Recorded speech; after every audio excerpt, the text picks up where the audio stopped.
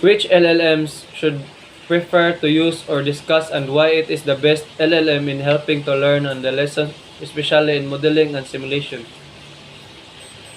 There are many LLMs available that can be used to learn modeling and simulation.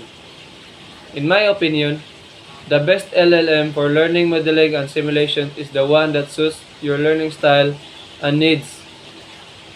Here are some popular open source LLM that can be used to learn modeling and simulation. LLaMA. The LLaMA is powerful open source LLM developed by Meta AI. It is based on transformers, a powerful neural architecture, and is capable of processing human language. LLaMA can be used to create models that are more accurate and efficient than traditional models.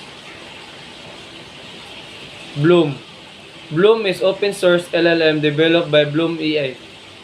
It is capable of processing human language and can be used to create models that can learn from data and make predictions based on the data.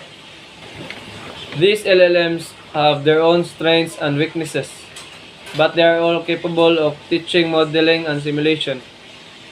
LLaMA is a powerful LLM that is capable of processing human language and can be used to create models that are more accurate and efficient than traditional models. Bloom is another open source LLM that is capable of processing human language and can be used to create models that can learn from data and make predictions of it. MPT-7B is a commercially usable LLM that is fully trained in the LLaMA style and can be used to create models that are more accurate and efficient than traditional models.